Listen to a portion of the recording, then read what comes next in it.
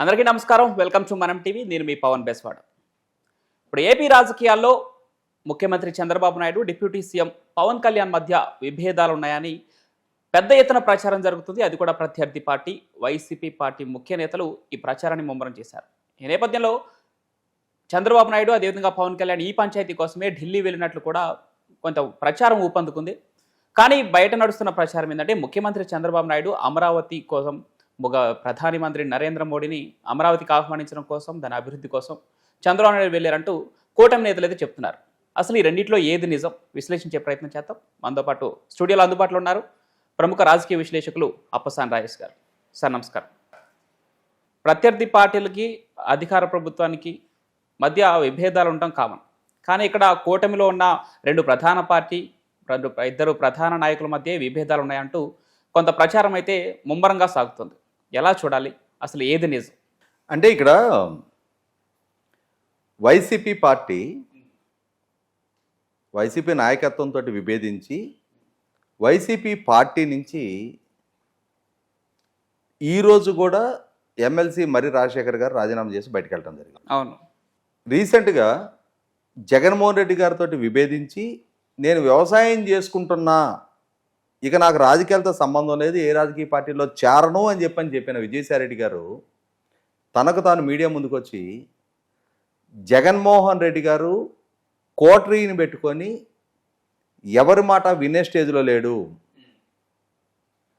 ఆయన ఆధ్వర్యంలోనే, ఆయన పాలనలోనే విక్రాంతరెడ్డి ఆధ్వర్యంలోనే కర్తాకర్మక్రియ విక్రాంతరెడ్డిగానే కాకినాడ సీపోర్టు యాజమాన్య బదిలీ లావాదేవీలు జరిగాయి.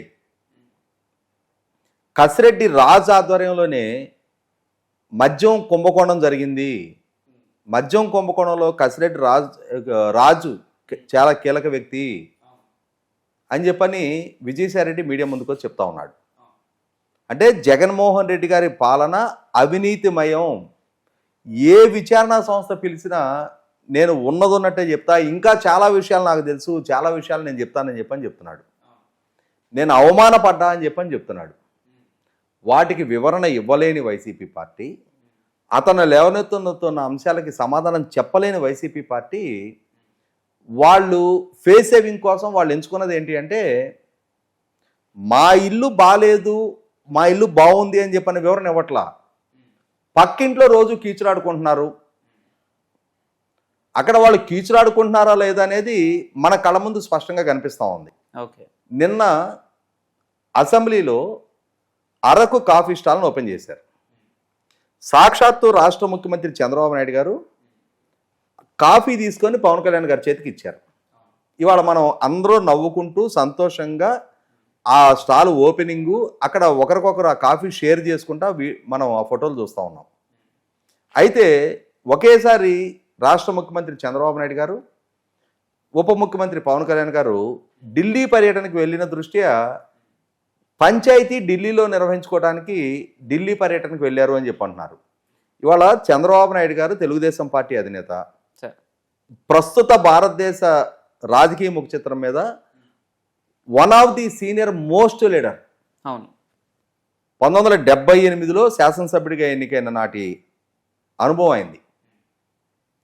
మొన్న మార్చి 15వ తారీఖుకి ఆయన మొట్టమొదటగా శాసనసభలో అడుగుపెట్టి 47 సంవత్సరాలు పూర్తయింది. అంతటి సుదీర్ఘ అనుభవం ఉన్న చంద్రబాబు నాయుడు గారు రేపు రాబోయే సెప్టెంబర్కి తెలుగుదేశం పార్టీ అధ్యక్షుడిగా బాధ్యతలు చేపట్టి 30 సంవత్సరాలు, రాష్ట్ర ముఖ్యమంత్రిగా 4వసారి ఆయన పదవి బాధ్యతలు చేపట్టున్నారు. అలాగే పవన్ కళ్యాణ్ గారు కూడా 2008లో ప్రజారాజ్యం పార్టీ ఆవిర్భావం నాటి నుంచి ప్రజారాజ్యం పార్టీలో యువరాజ్యం అధ్యక్షుడిగా ఆయన రాజకీయ ప్రస్థానం మొదలయ్యి దాదాపుగా ఇప్పటికీ 17 సంవత్సరాలుగా క్రియాశీలకంగా రాజకీయాల్లో కొనసాగుతా ప్రస్తుతం జనసేన పార్టీ అధినేతగా 100% స్ట్రైక్ రేట్ సాధించిన జనసేన పార్టీ నాయకుడిగా రాష్ట్ర ఉప ముఖ్యమంత్రిగా ఉన్నారు. వారిద్దరి మధ్య ఏదైనా విభేదాలు ఉన్నాయే అనుకుందాం, దాన్ని ఇంకెవరి దగ్గరికి వెళ్ళి పంచాయతీ పెట్టి వారి సూచనలు, సలహాలు, ఆదేశాల ప్రకారం నడుచుకునే స్టేజ్లో వీళ్ళు ఎదురున్నారా? ఖచ్చితంగా లేరని చెప్పచ్చు. వారి స్థాయికి, వారి అనుభవానికి ప్రభుత్వంలో నెంబర్ 1 and 2గా ఉన్న వారిద్దరూ వారే కూర్చొని మాట్లాడుకోగలుగుతారు. నిన్నగాక మొన్న Panchayati Raj and rural development minister Pawan Kalyan గారు, ఉప ముఖ్యమంత్రి పవన్ కళ్యాణ్ గారు అసెంబ్లీ సమావేశాలు ముగిసిన తర్వాత చంద్రబాబు నాయుడు గారితో కలిసి చంద్రబాబు నాయుడు గారి ఛాంబర్కి వచ్చి కూర్చొని మాట్లాడుకోవడం జరిగింది. మనకి మీడియాలో నాగబాబు గారికి ఏ శాఖ కేటాయించబోతున్నారనే చర్చ జరిగింది అని చెప్పని మాట్లాడుకుంటున్నాం, మనం విన్నాం. అంటే సుహృద్భావ వాతావరణంలో వాళ్ళిద్దరు కూర్చొని మాట్లాడుకుంటున్నారుగా. ఒకవేళ విభేదాలు ఉన్నా కూడా కూర్చొని మాట్లాడుకోగలిగే పరిణతి, అసలు వాళ్ళిద్దరే మాట్లాడుకొని రిజాల్వ్ చేసుకోవాల్సిన అవసరానికి గుర్తెరగలేనంతటి అమాయకుల వాళ్ళిద్దరు. మధ్యలో మూడో వ్యక్తికి ఆస్కారం కలిగిస్తారా? Even though Bharatiya Janata party నాయకత్వం కూడా ఎన్డీఏలో భాగస్వామ్యం అయ్యున్నా కూడా వీళ్ళిద్దరు పంచాయతీని తీసుకెళ్ళి వాళ్ళ దగ్గర పెట్టి వీళ్ళ స్థాయిని వీళ్ళు తగ్గించుకుంటారా? వీళ్ళు తేలికవుతారా? ఇవాళ ఢిల్లీ పర్యటనకి వెళ్ళారు. ఎందుకు వెళ్ళారు? కళ్ళ ముందు కనిపిస్తూ ఉంది. కేంద్ర మంత్రి శివరాజ్ సింగ్ చౌహాన్ గారి అబ్బాయి రిసెప్షన్కి అటెండ్ అయిన ఫోటోలు కనిపిస్తూ ఉన్నాయి. ఈరోజు ప్రధానమంత్రి గారితో చంద్రబాబు నాయుడు గారికి అపాయింట్మెంట్ ఫిక్స్ అవుతా ఉంది. పార్లమెంటు సమావేశాల్లోనే ఆయన కలవబోతున్నట్టుగా వార్తలు వింటూ ఉన్నాం. బిల్ గేట్స్ గారితో ఆల్రెడీ ఫిక్స్డ్ ప్రోగ్రామ్ ఉంది. రాష్ట్ర ప్రభుత్వానికి సంబంధించి గేట్స్ అండ్ మిలిండా ఫౌండేషన్ నుంచి అగ్రిమెంట్ జరుగుతూ ఉన్నాయి. ఒక ఫిక్స్డ్ షెడ్యూల్లో వీళ్ళు వెళ్ళారు అక్కడికి. అంటే రాష్ట్ర ప్రభుత్వానికి సంబంధించిన, రాష్ట్ర అభివృద్ధికి సంబంధించిన అంశాల గురించి ప్రధానమంత్రి గారితో చర్చించడానికి, అలాగే అమరావతి నవనగరాల నిర్మాణానికి సంబంధించిన శంకుస్థాపన, అంటే గతంలో 2015 అక్టోబర్ 22వ తారీఖు రోజు నరేంద్ర మోడీ గారి చేతుల మీదుగానే అమరావతి శంకుస్థాపన జరిగింది. కానీ మధ్యలో జగన్మోహన్ రెడ్డి గారి పాలనా హయాంలో అక్కడ నిర్మాణంలో ఉన్న బిల్డింగుల్లో కూడా గబ్బిలాలు తిరిగే విధమైన పరిస్థితులు ఆయన సృష్టించాడు. కాబట్టి ఆ ప్రాంతంలో కొండ చిలవలు తిరిగే పరిస్థితులు ఆయన సృష్టించాడు. కాబట్టి మళ్ళీ తిరిగి పునర్నిర్మాణాన్ని బిగిన్ చేసుకుంటున్నారు. కాబట్టి టెండర్ ప్రాసెస్ అంతా కంప్లీట్ అయిపోయింది. కాబట్టి మరొక్కసారి నరేంద్ర మోడీ గారిని తీసుకొచ్చి గతంలో ఒక స్టాగ్నేషన్లోకి వెళ్ళిపోయి, అంటే స్తబ్దతగా మారిపోయిన ప్రాంతంలో మళ్ళీ తిరిగి యాక్టివిటీ బిగిన్ అయింది అనేది దేశానికి కూడా పరిచయం చేసే ఒక లక్ష్యంతో ప్రధానమంత్రి గారు వచ్చేళ్ళారు అని అంటే డెఫినెట్గా దాని బ్రాండ్ ఇమేజ్ కొంత పెంచడానికి ఆస్కారం ఉంటుంది. అమరావతి మళ్ళీ తిరిగి వేగవంతం కాబోతుంది అనే ఒక సంకేతాన్ని దేశానికి కూడా ఇచ్చినట్టు అవుద్ది. దాని ఉద్దేశంతో ప్రధానమంత్రి గారిని ఆహ్వానించడం కోసం చంద్రబాబు నాయుడు గారు ఇవాళ ఢిల్లీ పర్యటనకు వెళ్ళున్నారు. అదే సందర్భంలో ఇరువురు నాయకులు కలిసి శివరాజ్ సింగ్ చౌహాన్ గారి కుమారుడు శుభకార్యానికి అటెండ్ అయ్యి ఉన్నారు.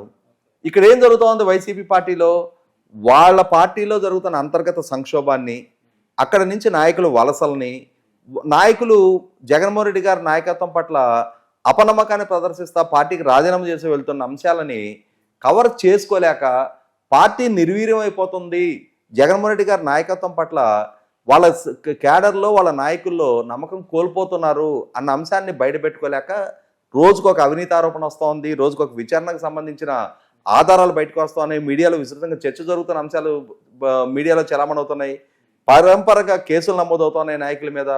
ఒక రకమైన సంక్షోభ పరిస్థితి ఆ పార్టీలో ఎదురవుతూ ఉంది. ఈ నేపథ్యంలో దాన్ని కవర్ చేసుకోవడానికి కూటమిలో విభేదాలు ఉన్నాయి. కూటమిలో విభేదాలు ఉండబట్టే పిఠాపురంలో నాగబాబు గారు ఆ విధంగా మాట్లాడారు. నాగబాబు గారు మాట్లాడినా, నాగబాబు గారు ఒకవేళ ఒక తప్పు మాట్లాడినా దాన్ని అంతర్గతంగా కూర్చొని సార్ట్అవుట్ చేసుకోగలిగే పరిజ్ఞానం, ఆ అవసరం కూడా ఎట్టి పరిస్థితుల్లో రాష్ట్ర ప్రజలు మన మీద ఒక నమ్మకంతో వాళ్ళ భవిష్యత్తును కాపాడగలిగే నాయకత్వం మనమే అందించగలిగే నమ్మకాన్ని ప్రజలు కనపరిచినప్పుడు దాన్ని చెడగొట్టుకోకూడదు. అలా చెడగొట్టుకొని ప్రజలు ఇచ్చిన తీర్పుని మనం అపాస్యం పాలు చేయకూడదని చెప్పనే పరిణతి ఉన్న నాయకులు. రైట్.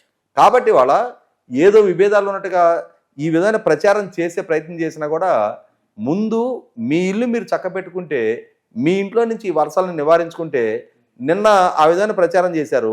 ఇవాళ ఎమ్మెల్సీగా ఉన్న మర్రి రాజశేఖర్ గారు, నాకు తెలిసానికి ఇంకొక 4 సంవత్సరాల పైగా టైం ఉంది, మరి ఎందుకు రాజీనామా చేశారు? ఎందుకు మీ నాయకత్వంతో విభేదిస్తూ ఉన్నారు? సీనియర్ నాయకుడు కదా, ఆయన మనసులో ఆయనకు ఉంది. ఆయన మోసం చేశారు మీరు. 2019లో ఆయనకి ఇవ్వాల్సిన టికెట్ విడుదల రజనీకి ఇచ్చే సందర్భంగా మీరు చిలకలూరుపేట పర్యటనకి వెళ్ళినప్పుడు, ప్రచారానికి వెళ్ళినప్పుడు ఆయన శ్రేణులు మీ దగ్గర ఆందోళన వ్యక్తం చేస్తున్నప్పుడు మీరేం చెప్పారు? మన ప్రభుత్వం రాగానే రాజశేఖర్ అన్నకి ఎమ్మెల్సీ ఇచ్చి మంత్రిని చేసి నా పక్కన పెట్టుకుంటా అని చెప్పారు.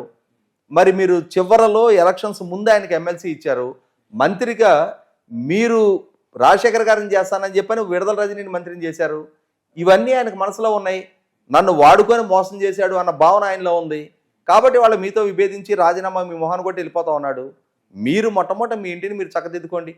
Right, thank you so much sir.